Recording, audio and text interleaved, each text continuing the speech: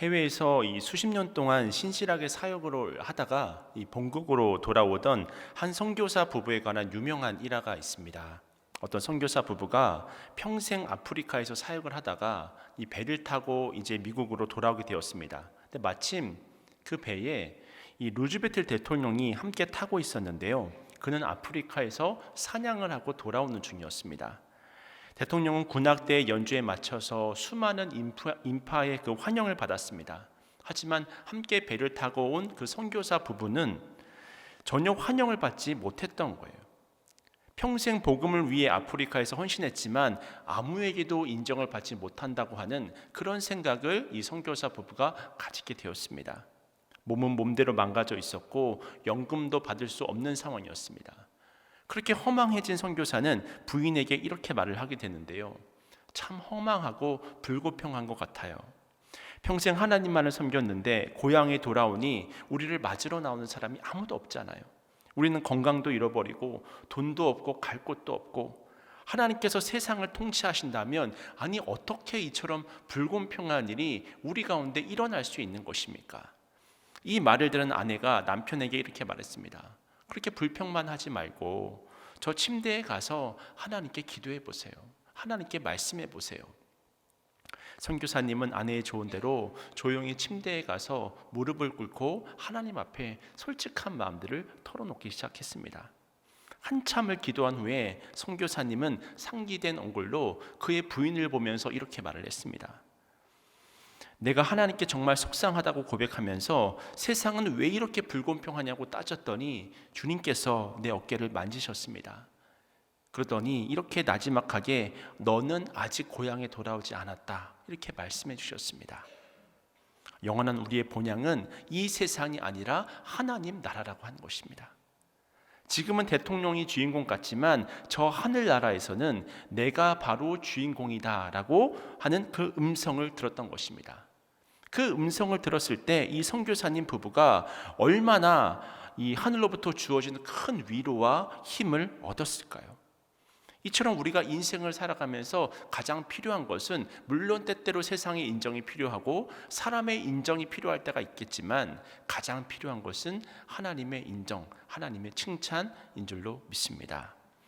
근데 우리 주변을 보면 인정받지 못한 상처 때문에 힘들어하시는 분들을 많이 보게 됩니다. 사람은 누구나 인정에 대한 욕구를 가지고 있잖아요. 인정받고 칭찬받으면 행복한 것이 아니겠습니까? 더 나아가서 열심히 하고자 하는 동기도 부여되고 또 발전에 대한 동력도 얻을 수 있다고 하는 것입니다. 하지만 안타까운 것은 이런 사람들의 인정과 칭찬은 늘 불완전하다는 데 있습니다. 왜냐하면 사람이란 모두 연약하기 때문에 자기가 보고 싶은 것만 보고 자기가 생각하고 싶은 것만 생각하고자 하는 그런 마음이 있기 때문이라고 하는 것입니다. 그래서 때때로 객관적이지도 않고 나에 대해서 정확하게 평가해 주지 못하던 때도 많다고 하는 거예요. 그래서 때로는 나에 대해서 오해하고 과장해서 평가해 주는 경우가 있습니다. 그럼 자칫 그것이 진실로 이제 내가 생각이 될 때는 또 교만해질 위험이 또 있는 것이고요. 반대로 나에 대해서 인색한 평가를 할 때도 있습니다. 그럴 때는 때론 그것이 사실이 아님을 알고 있음에도 불구하고 괜히 주눅이 들고 또 낙심의 마음이 밀려오고 때때로는 그것을 인해서 이 분노가 치밀어 오르고 이제 그런 것들을 경험하게 되는 것입니다. 사실 둘 다 좋지 않는 경우라고 말을 할 수 있다고 하는 것입니다. 물론 사람들로부터 칭찬받고 인정받는 것은 좋은 일입니다. 그럼에도 불구하고 너무 다른 사람들의 인정과 칭찬에 신경을 쓰게 되면 부작용이 생기고 인생을 그르치게 된다고 하는 거예요. 따라서 칭찬을 받는 것 자체는 좋은 일이지만 사람들의 칭찬에 앞서 하나님의 칭찬을 먼저 기대하고 하나님의 인정을 받는 삶이 진정으로 행복하고 복된 삶을 살아갈 수 있는 비결이 된다고 하는 것입니다. 그런 의미에서 오늘 본문에서는 어떻게 하면 우리가 하나님의 칭찬을 받을 수 있고 어떻게 하면 하나님이 인정하시는 그런 삶을 살아갈 수 있는가를 우리에게 알려주고 있는데요. 어느 날 예수님께서 성전에서 많은 사람들을 가르치시고 난 이후에 성전의 여인들에 놓여있는 헌금함 앞으로 가시고서는 거기에 앉으셨습니다. 그 당시 삶의 배경을 잘 설명하고 있는 미드나시에 보게 되면 노스로 만든 나팔 모양의 헌금함이 총 13개가 그 자리에 놓여 있었다고 하는 것입니다. 그 중에 9개는 성전세를 넣을 때 또는 소와 양을 돈으로 바꾸어 바칠 때 사용한 헌금함이었고, 나머지 4개는 성전을 장식을 하든지 어떤 수리할 용도로 드리는 헌금을 낼 때 그 나머지 4개의 헌금함을 사용했다고 합니다. 근데 그 헌금함이 놓여있는 그 앞에 예수님께서 자리를 잡고 앉으시더니 한 가난한 과부를 주목해서 보시고 있는 거예요. 사실 오늘 본문은 이 여인에 대해서 가난한 과부라고 하는 그 어떤 특징적인 것 외에는 그 어떤 정보도 우리에게 알려주고 있지 않습니다. 그러나 우리는 이 가난한 과부라고 하는 정보만 가지고도 그녀의 인생이 얼마나 고달프고 힘들고 외로웠을지를 우리가 짐작할 수 있다고 하는 것입니다. 혼자 사는 극심한 외로움, 또 끼니를 걱정해야 하는 경제적인 문제들, 또 경멸하는 사람들의 눈길, 그리고 이제 나는 아무런 희망이 없다고 생각되어지는 자포자기 심정이라든지, 또 게다가 그 당시 과부라는 존재가 고아와 더불어서 사회의 가장 밑바닥 계층을 형성하고 있었을 때였잖아요. 근데 바로 그 여인이 예수님께서 헌금함 앞에 계시던 그날 등장을 한 것입니다. 그리고 많은 사람들이 앞서 헌금을 하고 마침내 그 여인의 차례가 되었을 때 이제 헌금을 했는데 그녀의 귓가에 믿을 수 없는 음성이 들려왔던 거예요. 어떤 음성이 들려왔습니까? 오늘 본문 43절 말씀인데요, 제가 읽어드립니다. 예수께서 제자들을 불러다가 이르시되 내가 진실로 너희에게 이르노니 이 가난한 과부는 헌금함에 넣는 모든 사람보다 많이 넣었도다. 그렇게 사람들로 북적이던 이곳에 이 여인이 다른 모든 헌금한 사람들보다 많이 넣었다고 예수님께서 칭찬하시고 또 예수님께서 인정하시는 그런 것들을 볼 수가 있다고 하는 거예요. 그렇다면 여러분, 어떻게 이 여인은 예수님에게서 이런 칭찬을 들을 수 있었을까요? 오늘은 본문 말씀을 통해서 이 여인이 그런 칭찬을 받았던 배경을 함께 좀 살펴보고자 합니다. 그러므로 우리 또한 하나님의 칭찬을 받는 존귀한 인생이 될 수 있는 그 비결에 대해서 좀 크게 2가지로 나누어서 말씀의 은혜를 나누도록 할 텐데요. 그렇다면 먼저 우리가 하나님께 칭찬받는 인생이 되기 위해 필요한 그 첫 번째 메시지는 무엇일까? 그것은 바로 하나님께 우리의 마음을 드려야 한다고 하는 것입니다. 하나님께 우리의 마음을 드릴 때, 하나님께 전심으로 내 마음을 쏟아 놓을 때, 그때 하나님의 칭찬과 하나님의 인정이 우리의 삶 가운데 풍성함으로 주어질 수 있다고 하는 것입니다. 이것을 이해하기 위해서는 우선 그 당시 헌금하는 상황을 좀 더 구체적으로 살펴볼 필요가 있는데요, 그때는 지금처럼 지폐가 있었을 때가 아니었잖아요. 다 동전이었습니다. 그래서 노스로 만든 큰 통의 헌금함에다가 사람들이 헌금을 하게 될 때 부자라고 한다면 많은 동정들을 가지고 왔을 거잖아요. 한 꾸러미 한 꾸러미 아주 많은 동정들을 가지고 왔었을 것입니다. 그래서 부자들이 헌금할 때면 그 헌금통에는 어떤 소리들이 들렸을까요? 쏟아 부으니까 막 아주 요란하게 굉음이 울리면서 그 헌금함에 동전 들어가는 소리가 들리지 않았을까요? 한번 상상해 보세요. 아주 시끄러웠을 것입니다. 그러면 사람들은 생각하는 거죠. 떨어지는 동전 소리만 들어도 저 사람은 어느 정도 부자이구나, 저 사람은 저렇게 막강한 부를 가지고 있는 것이구나, 금방 알아챘다고 하는 거예요. 그러니까 부자들은 사람들에게 외식하기가 너무나 좋은 환경이었던 것입니다.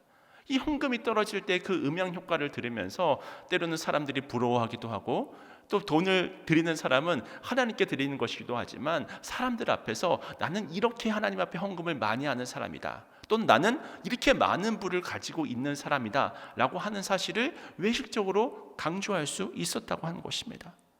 그때의 그 부자들의 거만한 표정을 한번 상상을 한번 해보세요. 이에 반해 가난한 사람의 헌금이라고 하는 것은 어떻습니까? 동전 한 입, 2입밖에는 못 내잖아요. 그러니까 헌금을 하면 얼마나 티가 났겠습니까? 그러니까 부자들이 내는 헌금과 가난한 사람이 내는 헌금이 서로 이렇게 구별되고 차별이 나고 너무나도 쉽게 표현이 되어지는 그런 시스템이었다고 하는 것입니다. 이처럼 그 당시에는 헌금을 드릴 때 헌금을 드리는 사람의 경제적인 수준이 고스란히 드러날 수밖에 없었다고 하는 거예요. 그런데도 왜 예수님은 여기 있는 모든 사람 중에 이 과부가 넣은 헌금이 가장 많은 헌금이다 라고 하는 그런 이야기를 하셨을까요? 분명 실제로는 그건 아니었거든요. 우선 실제로 그 여인이 얼마나 많이 바쳤을까요? 우리 42절 말씀 함께 읽도록 하겠습니다. 시작. 한 가난한 과부는 와서 두 렙돈 곧 한 고들란트를 넣는지라. 이렇게 본문은 증언을 하고 있는데요. 여기서 렙돈이라고 하는 것은 히브리 동전의 단위를 말합니다. 또 고드란트라고 하는 것은 로마의 동전의 단위를 말합니다. 같은 동전이지만 가치가 틀렸던 거죠. 말씀에서 증거하고 있는 것처럼 고들란트 하나에 렙돈 두 개가 동등한 가치를 지니고 있었습니다. 그럼 여러분, 이 렙돈이라고 하는 것이 어느 정도의 가치를 가진 화폐일까? 우리가 그것을 알려주는 근거 구절이 있는데요. 그것이 바로 마태복음 10장 29절 말씀인데 제가 읽어드리겠습니다. 참새 두 마리가 한 아사리온에 팔리지 않느냐. 무슨 말이냐면 참새 두 마리면 한 아사리온으로 살 수 있었다고 하는 거예요. 그렇다면 한 아사리온을 렙돈으로 얼마인지를 우리가 알게 되면 이 여인이 드린 헌금의 가치를 우리가 어느 정도 짐작해 볼 수 있겠죠. 한 아사리온이 렙돈으로 따지면 몇 렙돈이냐면 4렙돈이거든요. 그러니까 이 여인이 지금 두 렙돈을 바쳤으니까 아사리온의 2분의 1을 바친 것입니다. 그러면 한 아사리온으로 참새 두 마리를 살 수 있으니까 그 절반을 바친 것이니 참새 몇 마리를 살 수 있어요? 한 마리를 살 수 있는 것입니다. 그러니까 이 여인이 바친 헌금이라고 하는 것은 두 렙돈이라고 하는 것, 한 고들란트라고 하는 것은 어느 정도의 화폐적인 가치를 가지고 있냐면 참새 한 마리 정도 살 수 있는 그런 정도의 가격이었다고 하는 것입니다. 근데 이미 41절 하반절에 보니까 많은 부자들이 헌금을 했다고 하잖아요. 그 과부 앞에서 과부 이미 드리기 그 이전부터 많은 사람들이 헌금을 했었거든요. 그래서 많은 사람들이 시끄러운 경음과 함께 헌금을 드릴 때마다 이 여인은 이 두 렙돈의 돈을 짊어지고 주먹으로 꽉 쥐고 어떻게 보면 참 부끄러울 듯이 움켜쥐었을 것입니다. 왜냐하면 그 참새 한 마리 정도 살 수 있는 두 렙돈이라고 하는 그 돈의 값어치가 너무나도 비교가 되고 초라했기 때문입니다. 그런 마음에 얼른 헌금을 툭 던지고 몸을 돌려 나오는데 그때 그녀의 모습을 주목하고 계셨던 주님께서 귓전에 음성을 들려주시는 거예요. 오늘 보면 43절 말씀인데 우리 함께 읽도록 하겠습니다. 시작. 예수께서 제자들을 불러다가 이르시되 내가 진실로 너에게 이르노니 이 가난한 과부는 헌금함에 넣는 모든 사람보다 많이 넣었도다. 그리고는 그 이유를요 44절에서 이렇게 설명해 주고 계십니다. 다 함께 44절 말씀도 함께 읽도록 하겠습니다. 시작. 그들은 다 그 풍족한 중에서 넣었거니와 이 과부는 그 가난한 중에서 자기의 모든 소유 곧 생활비 전부를 넣느니라 하시니라. 아멘. 무슨 말이냐면 우리는 여기서 하나님의 마음이 어디 있는지를 확인하게 되는 것입니다. 하나님께서는 우리 헌금의 액수를 보시는 것이 아니라 물질을 드리는 우리의 마음, 우리의 정신, 우리의 어떤 헌신, 그것을 보시는 분인 줄로 믿습니다. 그런 의미에서 우리가 여기서 특별히 주목해 보아야 할 두 단어가 있는데 그 두 단어는 44절에 나와 있는 풍족이라고 하는 단어 하나랑 그 다음에 또 다른 하나는 전부라고 하는 단어입니다. 부자들은 어떻게 드렸습니까? 말씀은 어떻게 증거하고 있습니까? 풍족한 중에 드렸다고 이야기를 하고 있습니다. 근데 이 과부는 모든 소유 곧 생활비 어떻게 해요? 전부를 드렸다고 하는 거예요. 여기서 풍족한 가운데 드렸다는 것은 내 삶에 지장이 없을 정도로 드렸다는 거잖아요. 그럴 때 헌금을 하긴 하는데 그 주도권을 누가 쥐고 있는 것입니까? 내가 쥐고 있는 거예요. 내 형편에 따라서 풍족한 중에 분할로, 내 풍족한 중에 어느 정도 적당하게 그렇게 헌금을 드리는 것입니다. 내 삶에 지장이라고 하는 것은 없다고 하는 것이죠. 그것이 바로 풍족이라고 하는 것입니다. 주도권은 내게 있는 것입니다. 그다음에 전부라고 하는 것이 무엇입니까? 이제는 전부를 다 주님께 드렸기 때문에 내게는 물질을 주도할 힘이 없는 거예요. 그러면 자연히 그 주도권이 누구에게 넘어간 것입니까? 전부를 다 건 것은 하나님께 모두 맡긴 것이니까 내가 아니라 하나님께서 이제는 모든 물질의 주도권을 가지게 된 것입니다. 이처럼 이 여인의 헌금은 마음을 들인 헌금이었다고 하는 거예요. 그런 의미에서 이건 헌금뿐만이 아니라 우리의 헌신도 언제나 100%여야만 한다는 것을 의미합니다. 하나님께서는 적당한 것을 원하지 않고 어떤 물질이라든지 시간이라든지 어떤 나의 헌신이라든지 어떤 그것의 어떤 절대적인 가치가 아니라 내가 얼마만큼 하나님께 그 순간순간마다 마음을 드리고 헌신을 하고 있는지, 마음을 드리고 예배를 드리고 있는지, 그것을 주님께서는 보신다고 하는 것입니다. 여러분, 80% 헌신이라고 하는 것이 있을 수 있는 것입니까? 90%의 헌신이라고 하는 것이 여러분 있을 수가 있는 말인가요? 혹시 여기서 배우자에게 나는 당신을 70%만 사랑해, 나는 당신을 80%만 사랑해, 그렇게 용기 있게 말하실 수 있는 분이 있으십니까? 여러분, 그런 말이라고 하는 것은 존재할 수가 없는 거예요. 순간순간 배우자를 향해서 100% 최선을 다하는 것입니다. 100% 자녀를 위해서 최선을 다하는 것입니다. 100% 부모님을 위해서 때때로는 내가 원치 않게도 잘 못할 때도 있겠지만, 그렇지만 순간순간 마음은 100% 부모님을 향해서 헌신해야 되는 것이잖아요. 그것이 바로 사랑한다고 말할 수 있는 이유가 아니겠습니까? 마찬가지로 우리가 하나님께 드리는 우리의 마음의 헌신도, 또는 시간의 헌신도, 물질의 헌신도 100%를 드려야 할 줄로 깨달으시길 축원합니다. 그 마음을 하나님께서 귀하게 보신다고 하는 거예요. 근데 사실 이런 헌신은 우리보다 예수님께서 먼저 보여주셨잖아요. 예수님은 하나님이십니다. 그런데 그 예수님께서 인간의 몸을 입고 이 땅 가운데 오셨을 때 80% 인간이셨습니까? 90% 인간이셨습니까? 99.9%의 인간이고 0.1%의 하나님의 어떤 힘만 가지고 있어도 그 예수님께서는 온 세상을 세상적으로 군림하시면서 통치하실 수 있었을 거예요. 하지만 하나님께서는 그것을 선택하지 않으시고 100% 인간의 몸을 입고 이 땅 가운데 오셨잖아요. 그리고 십자가에서 지셨을 때 80% 인류의 죄만 대신 짊어지셨습니까? 90%의 인류의 죄만 짊어지셨나요? 그것이 아니라 온 인류의 과거와 현재의 미래의 그 모든 죄를 100% 다 십자가상에서 담당하셨다고 하는 것입니다. 모든 것을 다 우리를 위해서 쏟아내신 거예요. 그런 의미에서 하나님께서 우리를 보실 때는 세상 속에서의 나의 위치가 중요한 것이 아닙니다. 하나님께서는 내가 얼만큼 하나님께 나의 전 존재를 드렸냐, 100%를 드렸냐, 그것 하나만 보신다고 하는 것입니다. 그럼 여러분의 시간을 지금 어떻게 하나님께 드리고 있습니까? 여러분에게 주신, 하나님께서 주신 여러분의 몸 어떻게 관리하시고 다스리고 계십니까? 여러분에게 주신 가족, 또 여러분에게 주신 샘터 식구들, 또 여러분에게 주신 사역의 자리, 또 여러분에게 지금 주어져 있는 건강을 통해서 이 자리까지 나올 수 있는 그 예배의 자리, 여러분 어떻게 하나님 앞에 드리시고 계십니까? 100% 하나님 앞에 드리실 수 있기를 주님의 이름으로 축원을 드립니다.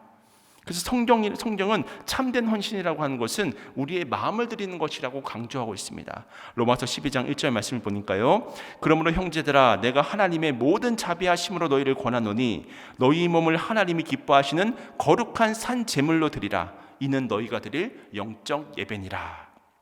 이 로마서 12장 1절은 한마디로 말해서 무엇입니까? 이제는 구별된 존재가 되어져서 하나님 앞에 구별된 자로 살아가라고 하는 거예요. 그리고 그 헌신의 내용이 무엇이냐고 할 때 그것은 바로 2절 말씀인데, 너희는 이 세대를 본받지 말고 오직 마음을 새롭게 함으로 변화를 받아 하나님의 기뻐하시고 하나님의 선하시고 하나님의 온전한 뜻이 무엇인지를 분별하라고 하는 거예요. 구별된 마음으로 하나님 앞에 나오라고 하는 것입니다. 다시 말해서 하나님 앞에 100% 그 마음을 드리라고 하는 거예요. 헌신하라고 하는 것입니다. 이건 쉐마에서도 마찬가지인데 신명기 6장 4절과 5절 말씀입니다. 이스라엘아 들으라, 우리 하나님 여호와는 오직 유일한 여호와시니 너는 마음을 다하고 뜻을 다하고 힘을 다하여 내 하나님 여호와를 사랑하라. 적당히 사랑하는 것이 아닙니다.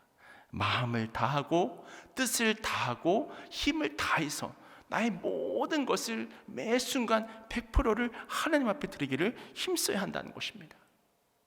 이처럼 우리가 마음을 드리는 것이 하나님을 사랑하는 첫 걸음이 되어진다고 하는 거예요. 이때 우리는 주님의 칭찬과 인정을 받는 삶이 될 수 있습니다. 이 사실을 깨닫고 우리가 매 순간 우리의 마음을 드리고 물질을 드리고 우리의 시간을 드리고 우리의 헌신을 드리는 우리도 감동이 되어지고, 또 우리의 헌신과 물질과 시간을 받으시는 하나님께도 영광이 되는 그런 역사가 여러분의 삶 가운데 이루어질 수 있기를 주님의 이름으로 축원을 드립니다. 그렇다면 두 번째로 우리가 오늘 본문을 통해서 깨달을 수 있는 메시지는 무엇이냐면, 그것은 바로 하나님께 맡기게 되어지면 하나님께서 이제 우리의 삶을 책임져 주신다고 하는 것입니다. 분명 가난한 과부가 자신이 가진 생활비 전부를 넣었다고 하는 것은 참 놀라운 표현이잖아요. 그 돈은 여러분 그냥 돈이 아닙니다. 주님께서 말씀하고 있는 것처럼 생활비 전부였어요. 2렙돈, 참새 한 마리 살 수 있는 그 돈이 그 여인의 생활비 전부였습니다. 분명히 이 여인은 헌금하는 순간 성경에는 기록되어 있지 않지만 갈등해질 수도 있습니다. 이것을 다 드리고 나면 이제 나는 어떻게 살지? 혹시나 자녀들이 있었다고 한다면 자녀들은 어떻게 돌보지? 정말 여러 가지 생각들이 왔다 갔다 했을 거예요. 그래도 주님을 사랑하니까 이 사랑을 온전히 표현하고 싶어서, 그 사랑을 온전히 드리고 싶어서 헌금을 드린 것입니다. 그렇게 헌금을, 자신이 가지고 있는 2렙돈을 다 헌금함에 넣는 그 순간에 그 여인은 그 돈을 드렸을 뿐만이 아니라 자신의 인생 전체를 하나님 앞에 드린 거예요. 하나님 앞에 던진 것입니다. 하나님 앞에 맡긴 거예요. 그렇다면 이런 헌금을 받으신 아버지 하나님의 마음은 어떠셨을까요? 예수께서 굳이 여기다가 생활비 전부를 넣었다고 말씀하신 의도가 무엇이라고 생각하십니까? 그래, 네가 나를 신뢰함으로 말미암아 나에게 너의 인생을 맡겼으니 이제는 너의 인생 누가 책임지시겠다? 하나님께서 책임지겠다. 내가 너 책임질 거야. 결국 하나님께서는 이 헌금을 통해서 친히 이 과부를 먹여 살리기 시작했다고 하는 것입니다. 이렇게 참된 헌신은 내가 하나님께 무엇을 해드리는 것이 아니라 하나님께서 나에게 일할 기회를 드리는 것입니다. 구시군의 창시자 윌리엄 부스에게 기자가 가서 물었습니다. 어떻게 당신은 이토록 많은 일을 할 수 있었습니까? 그때 윌리엄 부스가 이렇게 말을 했다고 합니다. 나는 한 가지밖에 안 했습니다. 그것은 나 자신을 하나님께 드린 것입니다. 나머지는 하나님이 나를 통해 하신 것입니다. 여러분, 이것이 바로 헌신이라고 하는 거예요. 참된 헌신은 하나님께 기회를 드리는 것입니다. 하나님께서 나의 삶에 역사하실 수 있도록 내가 내 인생에 내 손으로 붙들고 쥐고 있는 그 모든 주도권을 하나님 앞에 내려놓고 하나님께 그 주도권을 돌려드리는 것입니다. 그러면 전능하신 하나님께서 내 삶의 모든 문제를 친히 감당해 주시는 거예요. 그래서 우리가 성경을 볼 때 이 헌금을 바친 여인이 어디서 굶어 죽었다는 이야기를 우리가 찾아볼 수 있습니까? 찾아볼 수가 없잖아요. 아마 하나님께서 그 여인의 인생을 책임지시지 않았겠습니까? 또 그런 헌신을 보시고 하나님께서 영원까지 저 천국에서 아름다운 삶을 허락하지 않으셨을까요? 분명 자신의 힘으로 그 모든 문제를 해결하려고 했을 때는 참 피곤한 인생이었습니다. 하지만 하나님께서 함께 하셨기 때문에 너무나 아름답고 감사한 인생이 되었던 거예요. 이 가난한 과부를 칭찬하시고 책임주셨던 하나님이 지금도 우리의 삶 속에서 역사하고 계신 줄로 믿습니다. 우리가 하나님께 마음을 드리고 내 삶을 드렸으면 이제는 하나님께서 우리의 삶을 책임져 주시는 것입니다. 그런데 이 책임이라고 하는 것이 단순히 우리의 의식주 문제만 해결해 주시는 것이 아니잖아요. 진짜 축복이라고 하는 것은 소유를 많이 가졌다든지 건강을 잘 유지하고 있다든지 명예가 올라간다든지 그런 것들은 아닙니다. 그런 것들이 있으면 좋지만 그것들이 전부는 아니잖아요. 또 그것은 언젠가는 다 사라져버릴 것이 아니겠습니까? 하나님께서 진짜 주시는 복은 하나님과의 관계인 줄로 믿습니다. 하나님이 내 삶 속에서 역사하시는 거예요. 하나님의 살아계심이 매 순간 체험이 되는 것입니다. 내 모든 걸음 속에서 함께 하시고 내 모든 호흡 속에서 함께 하시고 내 모든 언어 생활 가운데 내 모든 말의 모든 입술 가운데 함께 하시는 그 하나님을 우리가 매 순간 느낄 수 있다면 그 어느 곳을 가든 그 모든 자리는 하나님의 나라가 아니겠습니까? 그래서 세상 사람들이 꺼려하는 팔복이 역설적으로 그때 우리에게 복이 되어지는 거예요.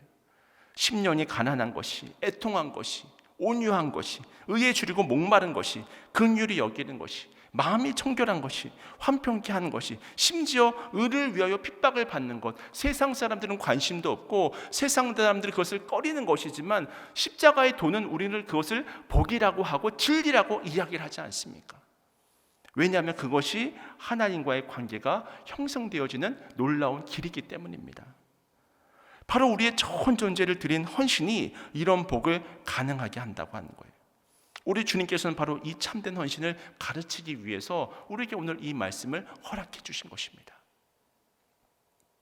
그런 의미에서 여러분, 이 시간 참 마음을 가지고 주님 앞에 나오시길 바랍니다. 우리가 하나님 앞에서까지 가면을 쓸 필요는 없는 거잖아요. 그 헌금함에 드렸던 그 많은 부자들의 외식하는 그 수많은 동전 소리들이 주님의 마음을 감동시키지 못했습니다. 오히려 세상이 볼 때는 너무나 보잘것없는 과부의 그 두 랩돈이 주님의 마음을 감동시켰잖아요. 하나님께서 이미 우리의 중심을 다 알고 계십니다. 그렇기 때문에 서기관들처럼 사람들 앞에 보이려고 꾸밀 필요가 없습니다. 더할 것도 없고 척할 것도 없고 그저 있는 모습 그대로 내가 할 수 있는 것을 내가 할 수 있는 시간에 다만 100% 최선을 다해서 주님께 드리면 되는 것입니다. 주님께서는 우리의 그 마음만 보시겠다고 하는 거예요. 사실 우리도 인생을 살아가다 보면 이 과부처럼 외로울 때가 참 많잖아요. 과부처럼 못난 것처럼 보일 때도 있고 과부처럼 소망이 없는 것처럼 보일 때도 참 많지 않습니까? 하지만 오늘 우리가 말씀을 통해 힘을 얻는 것은 무엇입니까?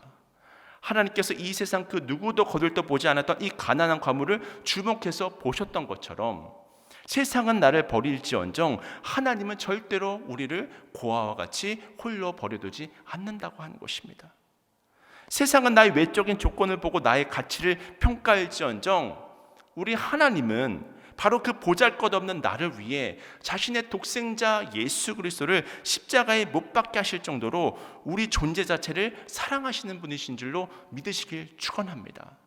그 사랑이 매 순간 우리가 삶 속에서 깨달아져야 하는 거예요. 결국 오늘 말씀을 통해서 우리가 이 사실을 깨달았다면 우리가 할 일은 오늘 이 가난한 과부처럼 생활비 전부를 드렸던 이 가난한 과부처럼 하나님께 온전히 맡기는 것입니다. 하나님께서 기뻐하는 헌금과 헌신은 항상 그럼에도 불구하고라고 하는 거예요. 이것은 누가 남이 평가해 줄 수 있는 것이 아닙니다. 하나님과 나만 하는 비밀인 것입니다. 그렇게 되면 더 소중한 것입니다. 그때 하나님께서 여러분의 그 마음의 중심을 보시고 여러분의 이름을 기억하여 주실 줄로 믿습니다. 이제 우리가 이 말씀을 드리면 한 가지 결단하며 기도해야 합니다. 주님, 나는 이제 내가 나를 위해 움켜쥐는 삶을 살지 않겠습니다. 나는 주님께 나의 모든 것을 다 드리는 삶을 살겠습니다. 이제는 그런 삶을 나만을 위한 삶을 청산하시고 오직 주를 위해 나의 삶을 드리게 하여 주시옵소서. 드릴 수 있어 행복하고 드릴 수 있어 감사하고 그런 삶을 살게 하여 주시옵소서. 그렇게 우리가 믿음으로 결단하며 하나님 앞에 나가게 될 때 하나님께서 우리의 삶을 이 세상에서 끝나는 것이 아니라 영원까지 책임져 주실 줄로 믿습니다. 그렇게 매 순간 우리가 하나님께 인정을 받고 칭찬을 받을 수 있다면 여러분 그 삶이 여러분 얼마나 행복하고 아름다운 삶이 될까요? 바라기는 이 믿음 붙드시고 오늘 하루도 또 2022년 한 해도 매 순간 승리하는 삶을 살아가시는 여러분 모두가 되시기를 주님의 이름으로 축원을 드립니다.